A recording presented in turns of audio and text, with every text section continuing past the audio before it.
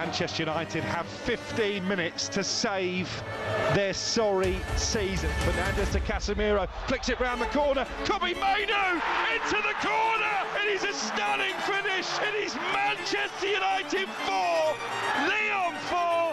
What are we seeing, Crookie? I can't even get my head around this. Casemiro looking for Maguire, and Harry Maguire has put Manchester United in front in stoppage time, in extra time. Utterly speechless. I cannot believe what we've just witnessed. United 5, Lyon 4, 7-6 on aggregate. Quite extraordinary, in particular at Old Trafford. But for Ange and Spurs, they've kept their season alive with that 1-0 win in Frankfurt. It may also have kept Postecoglou in his job. While over at Old Trafford, as you heard there, they became the first side ever to score twice in injury time of extra time to beat Lyon 5-4 on the night, 7-6 on aggregate. Perhaps an unlikely hero in some ways, but it was Harry Maguire, who has popped up with a few late goals this season, who completed the comeback of 3 goals in the final 6 minutes as he was told to play up top, as he has done a few times. Let's head to the phone lines right now, because plenty of you have been wanting to have your say on exactly what you witnessed yesterday. Issa is a Manchester United fan, joins us. How are you? Good morning. Morning, guys. Oh, my days. I was at Old Trafford last night, and I woke up this morning and I was like, what the hell happened? I still can't believe it. It was absolutely outrageous. The roof blew off. I cannot believe it. We was walking out. So when the fourth goal went in for Lyon, we was walking out, and thank God everyone had the same idea, because we didn't quite get through to the outside bit because it was such a queue. Then when Fernandes scored the penalty, he was like, all right, let's wait and see what happens. And then those 5 or 6 minutes of my life, I completely blacked out. Everyone was going absolutely crazy. It was mental. I'm trying to think where the drama started. And I remember thinking, when Luke Shaw was about to put his foot in, at that moment, I was thinking, don't do it, don't do it. And then when he gave a pen, I thought, that's it, all over. Oh, my days. And then in my head, I was thinking, because I'm from London, so it's a long drive home. I'm thinking, oh, my God, I'm going to be cussing these guys all the way home. I'm sick of them, blah, blah, blah. And then it was unbelievable. And you know what? One thing I want to say as well, last night, this is what I love about football. I'm a black man, so I had black, white, Asian, Chinese, old, young. It didn't matter. We was all in it together. It was just a sick night. And, oh, my days. It was just so sick. Well, you can bask in that glory, Issa, because it was a wonderful, wonderful comeback. And we appreciate you joining us. Thank you. Yeah, thank you. Okay, let's go from Issa to another Manchester United fan. This time, James joins us. How are you, James? Hi, James. Good morning, both. Great to have you with us. Thank you very much for calling up. Where do you want to start? Well, it's interesting Dean mentioned the golf, because my sleep's only just recovered from Sunday's escapades. So I went to bed in disgust at 4-2 down. When that penalty went in, I was just so infuriated by them giving away another 2-goal lead for the second week in a row. So I went to bed in disgust. And I woke up to go to the loo about 1:30 in the morning, looked at my phone and realised that we'd scored 3 goals in the last minute. So then proceeded to spend the next hour sat in my bathroom, which is next to my son's room, with my headphones in, watching videos and jumping around. So I was absolutely gutted to have missed it, but just, man, what a game football is sometimes.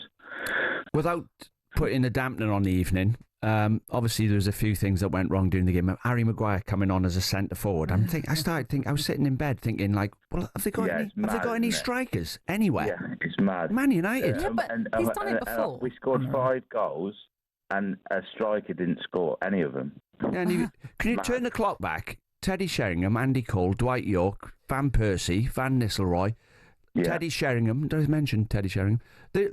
I'm looking. They got Hoyland, and who else?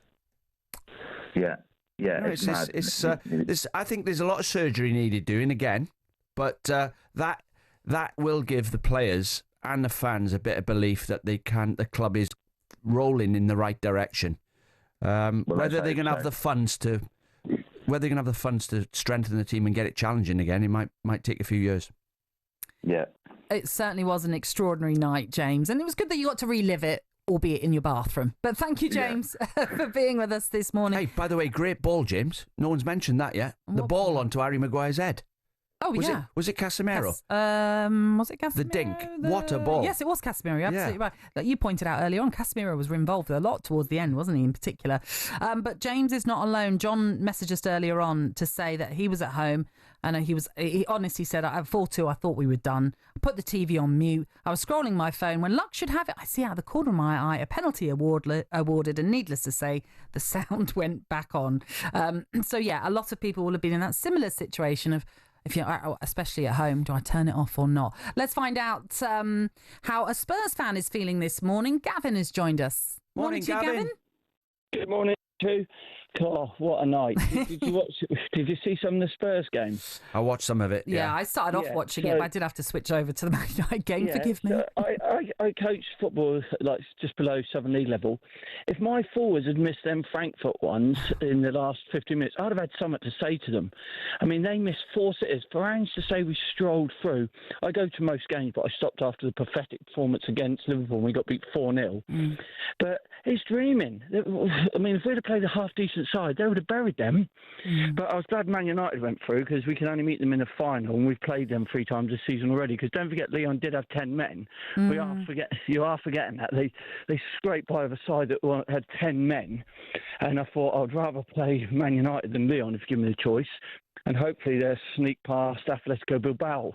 But all 4 sides will be thinking they can win it, can't they? Because there's no outstanding candidate in that lot. I mean, Spurs and Man United, one of us is going to have a disastrous season because we're both playing terrible.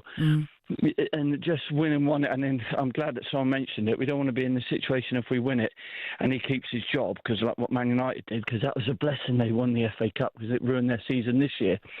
And then because everyone knew that Ten Hag wasn't going to succeed, but they're not even our rivals yet, Man United. We've got to get ourselves sorted before we start worrying about other sides. Well, do you know what? Since I've been playing football, Spurs have been in the same situation. That's a long time. And next season, when we look at it, what you tell me, what do you think's a good season for Spurs? To be challenging for the Champions League and getting into the Champions League would be a good season. But if you was really honest, I think Man United have got a really good manager and poor players, and I think we've got really good players but a poor manager. I mean, it's just all out attack. It's like watching our dealers again.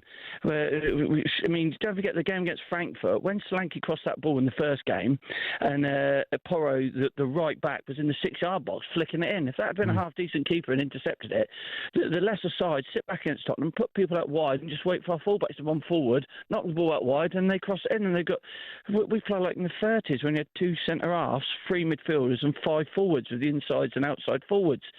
I mean, Tottenham are unbelievable. It's just all out. Do you know what, though? If you think of Unai Emery, why he's done so well in Europe and why he's doing well at Villa, he does adapt. He can go from all-out Spurs style to everyone behind the ball like he did in PSG. Yeah. Ange seems to refuse to do the other bit. But he did in the last 20 minutes, didn't he? Yeah, he had to. First time ever, the keeper started knocking it long. Yeah. I mean, if you have world-class players and you play it around 6-yard box like Man City have got, not a problem. Spurs try it, and I watch these sides sometimes when I'm walking through the park. They try and play it. And, you know, the game against Arsenal, when it was 0-0 and then the second half, and Arteta just put another forward up. So they had 4 forwards basically against our 4 defenders. And Brighton did it 2 weeks later when I was there, and we were 2-0 up, and they put an extra forward. And we're still trying to play it out. Brighton scored 3 goals. And then Spurs go long. Why don't you do it? It just reminds me of the First World War. Right, we're going to go over the trenches. Right, we'll walk towards the German lines and hope it'll change this time, and it just doesn't. Well, I've been counting. We're up to 146 goals conceded from playing out from the back in the Premier League. I've been counting. Across the board. 146 goals in the Premier League, teams playing out from the back. I can't get my head around it. Yeah, but you as a manager, would you not have something to say to players when they did it? I mean, you saw when you've got Solanke, he's about 6'3", isn't he? And he really puts the shift in and he holds the ball up. Why wouldn't you just dink it up to him or play it up to him and then play off him like we did, and then we started getting somewhere? But, well, Gavin, you're through to the semi-final. That's the best thing. That's the positive message from last night. But thank you very much for your call. Really do appreciate it. And he's a very passionate fan there, Gavin. Can I just quickly say that when Tottenham came to Brentford in February, played a very different style of football. Very. What style? Not front-footed at all. If anything, we found it very just difficult to break them down. There was no space. There was nothing. You know how normally they play a high line. They didn't even do that. And I thought, cheers, why experiment with us? Anyway, that's what happened. talkSPORT Breakfast, waking you up Monday to Friday morning from 6 a.m. on AM, on DAB, via the talkSPORT app and on your smart speaker. talkSPORT.